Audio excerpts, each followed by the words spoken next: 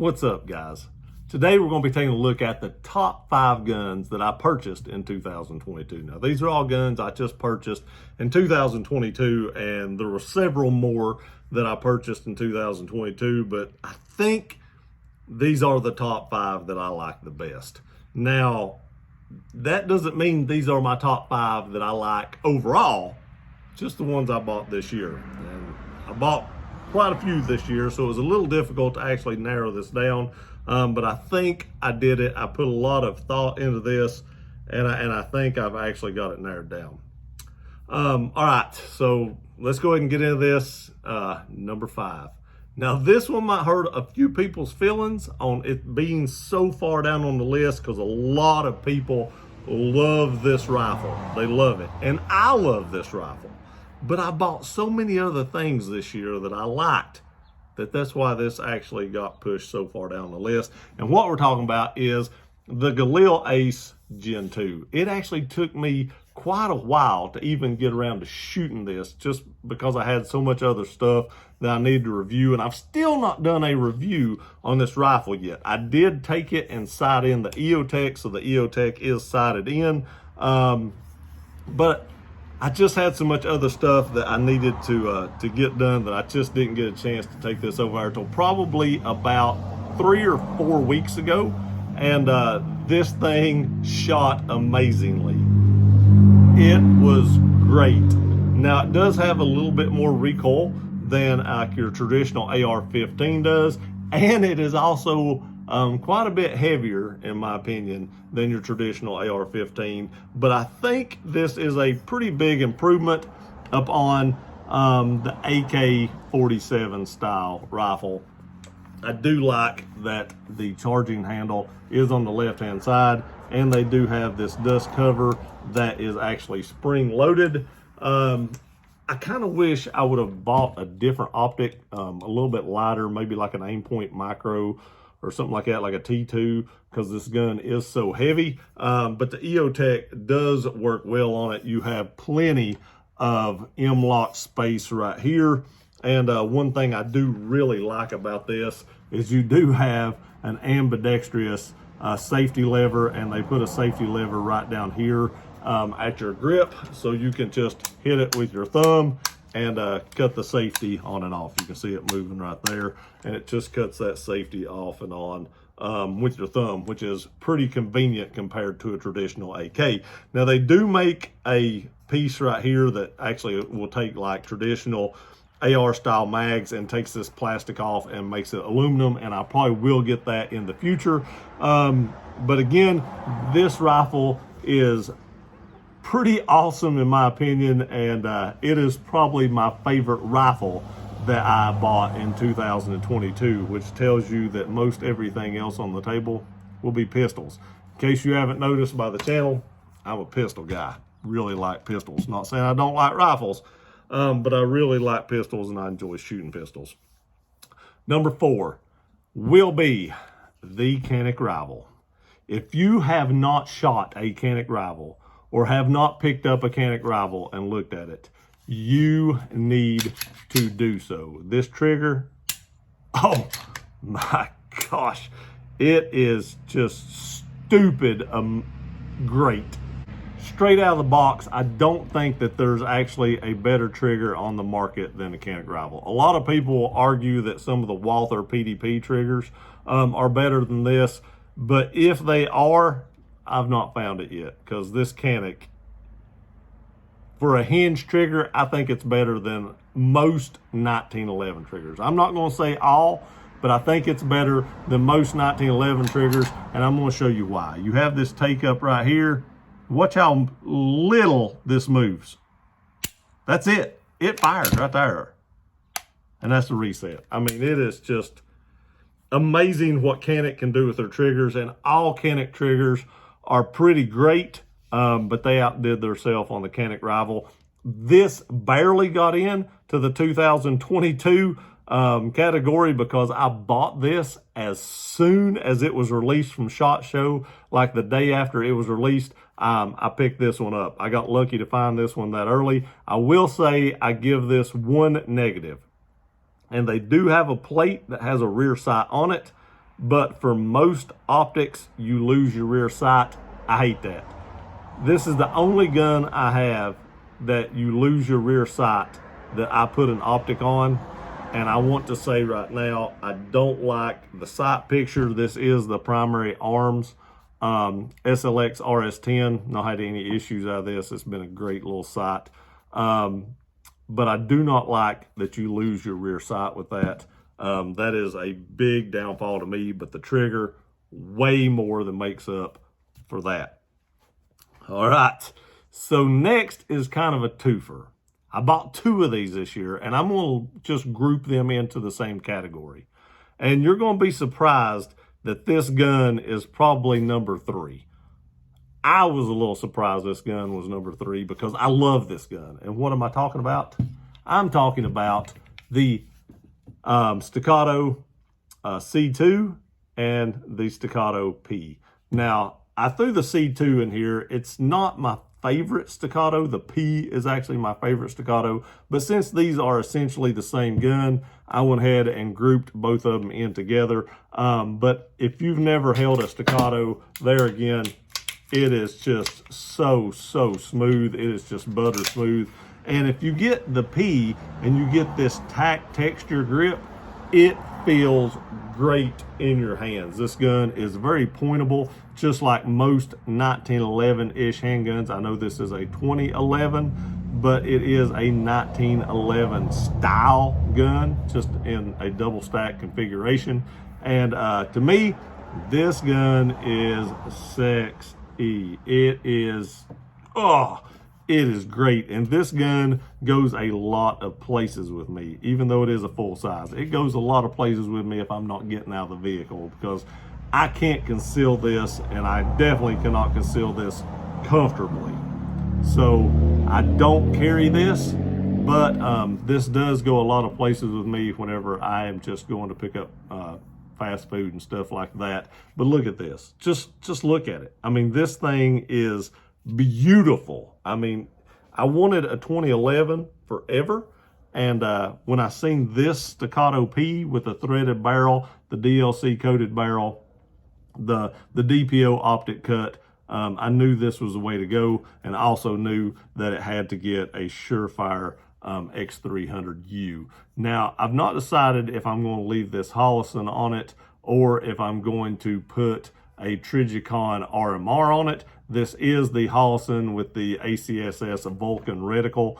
And if you've not checked out one of these yet, you should order one from Primary Arms. This is one of the best reticles on the market.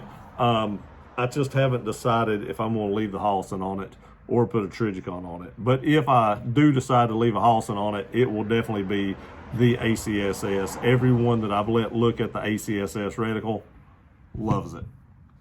All right, so now we're down to the number 2 favorite firearm that I bought in 2022. And this was a very hard decision. And I gotta be honest with you, I'm kind of even second guessing my decision right now. But I'm gonna leave it the way it is and initially was.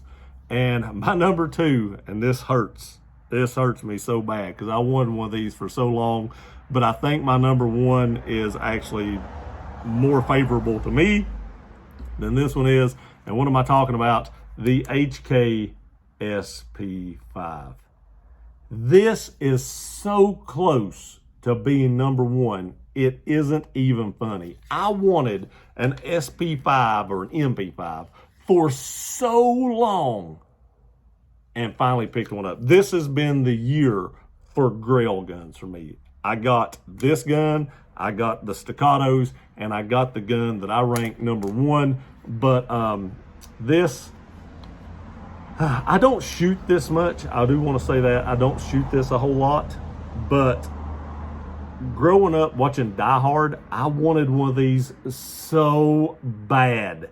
So bad. It was probably the biggest grail gun I could think of until I got number 1. But I did outfit it with a Knight's Armament rail. I put a Trigicon MRO on it. I can't remember. This is like an MFI or something rail on the top, and then an SB Tactical brace. I do want to say this. I have an AP5P, the K initial K version of this, but in the MKE. And it has like the finger groove lower. That's better. That is a better lower. I do not like this lower right here. It is too slick, and I'm too chicken to stipple this or do anything to it, because this gun was very expensive and it was a Grail gun, and I don't want to mess it up. I have thought about buying the finger grooved version like that one has. These do take a special lower that has a shelf here instead of that third pin. But still, Grail gun. Number 2 by a very, very thin margin. I mean, very. This could have easily been number 1. All right, so before we get to number 1, I want to throw in an honorable mention. Now, when I bought this gun, I did not know I was going to like it as good as I did. I knew I was going to like it. And after I had all the custom work done to it, that made me like it even more. And that's the only reason it's on the list, probably, is because of how I have it configured. And that is the CZ P01 Omega. This gun feels so good in the hand. It is so pointable. And after I sent it to Dynamic Weapon Solutions, go check them out if you're wanting slide work or something done. But after I sent it to them and had this optic put on it, and then I put the bogey grips from Loke on it and threw a TLR7A, which I did actually have to sand a little bit of the insert on this to get it to fit, but it is rock solid now. This gun is almost the perfect EDC pistol. I mean, it feels so good. These grips just make it. And with the optic, it's awesome. This gun that's the only thing I can say is it's awesome. It's not as good as some of the guns on the table, and really and truly, the only reason the Canik beat it out was because the Canik's trigger is so good. But if it wasn't for the Canik's trigger, this gun right here would have been probably number 5 on the list, and then the Galil would have been number 4, but the Canik beat it out. But that doesn't mean that this gun isn't worth buying. If you're looking for a double single action, this is possibly quite one of the best ones I have ever fired in my life. All right, so it's time for number 1, and the sun decided to blind me as I'm doing this. But it's time for number 1. A lot of you have probably guessed what number 1 is. It is a Grail gun that as soon as I seen this gun in a magazine, I knew I wanted one. I didn't think I would ever own one, but I knew I wanted one. And mine is fully decked out and customized, and I couldn't ask for anything on this gun to be changed. I might have Cerakoted it a different color, I don't know. But I'm totally happy with it just being an all black pistol, and that is my Wilson Combat EDC X9. As soon as I seen this thing in a magazine, I was like, that is a sexy pistol. And until you hold one of these, you just don't know how good this gun is.